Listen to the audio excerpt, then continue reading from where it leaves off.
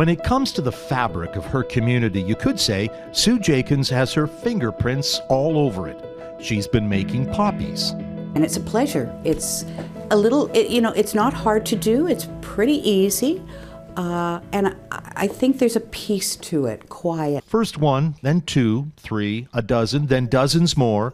She's been one of more than 200 volunteers who have been sewing for months in this quiet Eastern Ontario town of Almonte. Once I heard of this project, I thought, I'm in. Then I went looking for red wool. Could not find red wool anywhere in Almonte.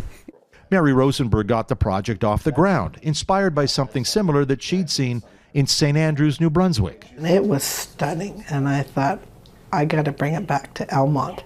The library, the town council were all quickly on board. I thought it was a great idea. And I knew the community would get behind it. There's such an interest of grassroots projects. There's so much pride in military history. But the project surpassed Mary's or anyone's expectations.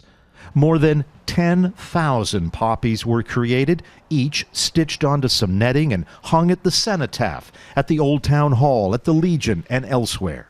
This community cares, really cares. And now, 10,791 poppies have been done. It's mind-boggling. Each volunteer had their own reasons for helping out. For Mary, it was about her dad, Lieutenant John Rosenberg, who served as an Army rifleman with NATO forces in Germany at the height of the Cold War, and about Mary's daughter, Navy Captain Kelly Williamson, who continues to serve at National Defense Headquarters. I'm a very proud mom of her accomplishments. An unexpected byproduct of the Poppy Project, when people got together to sew at a seniors' residence, in school groups, at knitting clubs, they told stories. Stories about how their relatives served and continue to serve. Even some veterans participated in this. And some of the stories I've got as I've read them just brought tears to mind. And brought tears, and it's amazing.